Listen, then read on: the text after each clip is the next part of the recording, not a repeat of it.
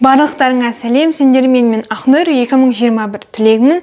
Бүгінгі видеода шектік балды анықтау, жоғары оқу орны мен мамандықты таңдау және де көп қойылатын сұрақтардың жауабын қайдан алсам болады деген тағы бір сұраққа жауап бергім келеді. Мен сендерге дәл осы сұрақтардың барлығын бір жерден табуға болатын ең тиімді шешімді ұсынғым келеді. Бұл жоғары оқу орны KZ деген қосымша. Дәл осы қосымша арқылы сендер осы сұрақтардың жауабын таба аласыңдар. Бұл тегін қосымша, сондықтан да барлығына қолжетімді. Мен ашамын және де осындай тілді таңдау болады. Мен қазақ тілін таңдаймын. Мен негізі бұл қосымшаны пайдаланып жүрмін, бірақтан осы сендерге көрсету үшін өз профилімнен шығып кетіп, басынан бастап жатырмын. Сендердің алдарыңа бұл қосымша не үшін қажет, соны көрсетеді. Грантқа түсу ықтималдығын анықтаңыз. Мамандықтар, оқу орындары және грант жайлы толық ақпарат.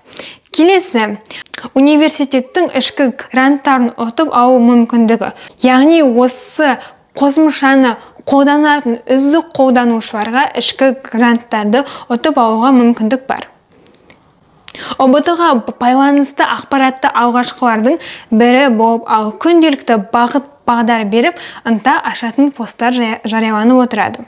ұбт-ға дайындықтың тиімді тәсілі.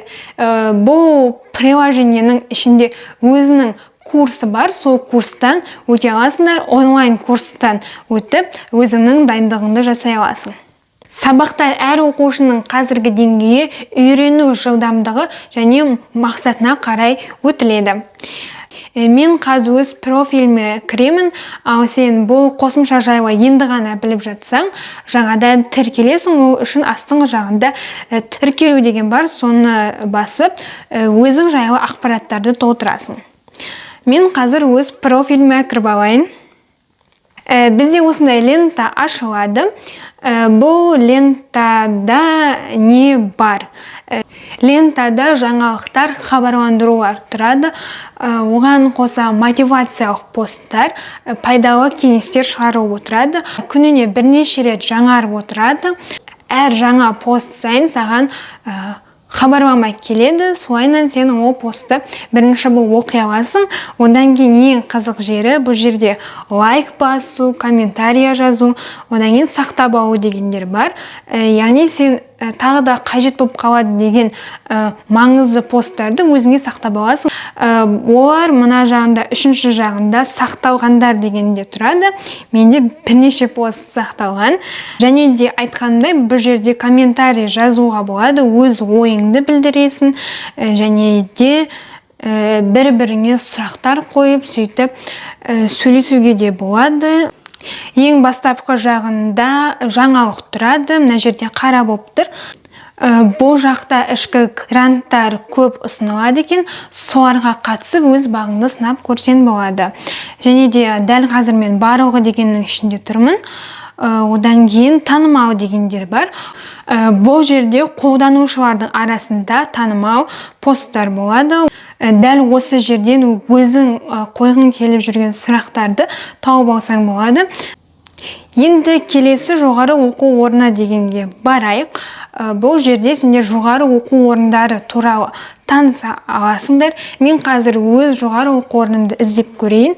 Мен КБТУ-ға түскім келеді деп жүрмін. Бірден жаздым, бірден шықты, Алматы қаласы деп тұр. Бұл жерде қай жерде орналасқаны жазылған және де жоғары оқу орнының коды, орташа оқу ақысы берілген, сондай барлық ақпараттар берілген және мамандықтар тізімі беріліпті. Және де астыңғы жағында шектік балдары беріліпті. Байланыс дегенді басып, жоғары оқу орны туралы бұдан да көп ақпарат біле аласыңдар. Одан әлеуметтік желісі, сайты, номері барлығы жазылған екен. Сұрақ жауап. Бұл жерде көбісі осы универге байланысты қойылған сұрақтар және оның жауаптары бар. Соларды қарап, өздерің осы универге байланысты қойғың келіп жүрген сұрақтар болса, осы сұрақтардың ішінен қарап өзіңе жауап таба аласың. астыңғы жағында пікір жазу деген бар. Сол жерге өзіңнің сұрағыңды да қоя аласың. Сондықтан да барлығы жасалынған, менің ойымша бұл өте тиімді. 105 университет берілген екен, және де қалалар арқылы да таңдауға болады. Бір емес, бірнеше қалалар таңдауға болады. Мен мысалы Қызылорда мен Түркістан облысын таңдаймын. Одан кейін ең маңыздысы бұл жерде мамандық деген. Осы жоғары оқу орнында көбісі осы қосымшаны пайдаланады. Себебі бұл жерде сен дәл осы алып жүрген балыңмен грантқа түсе аласың ба, және қай қала, қай универге түсе алатыныңды ұсынады. Бұл жерде барлығы 103 мамандық берілген екен, және де сол мамандыққа өтіп, сол мамандық туралы барлығын біле аласың. Міне, таптым. Айлығы 110-120 мың дейді. Барлығы 4972 грант бөлінген екен. Дәл осындай видео шықты. Бұл видеоны қарап көрейік. Не айтылды екен? Сәлем достар. Осы сіздер сайттардың қалай жұмыс жасайтыны жайлы. Тіпті және осы приложениеміздің қалай жұмыс мамандық туралы қысқаша айтып шыққан видеосы да бар. Осы видео арқылы барлық ақпараттарды біле аласыңдар. Бұл да өте тиімді.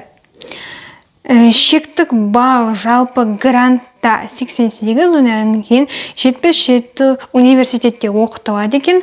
Осының ішінде менің универім екінші тұр. Өйткені ол өте керемет универ. Енді грантқа түсу мүмкіндігін анықтайық. Алдымен пән таңдаймыз. Математика таңдаймын, және де физика. Сендер қазір егер білгілерің келсе, қазіргі алып жүрген балдарыңның орташа балын шығарып, немесе соңғы алған балдарыңды жазсаңдар болады. Ал нағыз ұбт-дан соң өз алған балдарыңды жазып, қай университетке түсуге болатындығын біле аласыңдар. Мен қазір мына жерге 125 деп жазайын. Мүмкіндікті көру, бұл жерде сала таңдайсың, немесе мамандық таңдайсың. Мен сала таңдағым келеді. Нәтижені көрейік, және де маған осы 4 сала бойынша 4 университет ұсынады. Мамандықтардың бірін таңдап, өзіңнің қай универге түсуге мүмкіндігің бар, соны көре аласың. Бұл жерде тек қана ең жақсы деген университетті ұсынады. Негізі басқа да бұдан шектік баллы төмен универлерге де түсуіне болады. Және де қала таңдау, одан кейін нақты универ таңдап, сол универге түсе алам ба, соны білу мүмкін болса, одан да керемет болушы еді.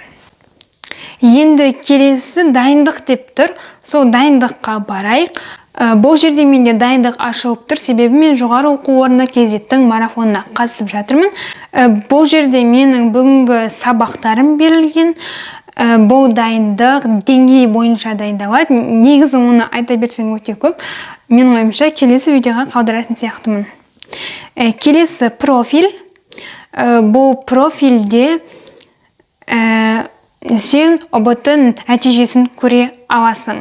ЖСН-іңді теру арқылы сенің осыған дейін тапсырған ұбт-лардың нәтижесі шығады. Және де тіл өзгертуге болады, қазақша немесе орысша. Түнгі режим деген бар, бұл Instagram секілді қара болады, ақ болады, осындай керемет. Дәл осылайынан біз барлық қосымшаны қарап шықтық. Және де сендерге түсінікті болды деп ойлаймын. Бұл қосымша қалай жұмыс жасайды, бұл қосымшадан не ала аламыз. Бұл жерде Instagram сияқты лента бар. Осы лентаны қарап отырып, сен пайдалы ақпараттарды біле аласың. Instagramнан көру өте пайдалы ақпараттар көп. Және қазір жас түлектер үшін ең тиімді қосымша деп ойлаймын. Сондықтан да жазып алуыңа болады, сілтемесін қалдырамын. Келесі видеоларда кездескенше, сау бол.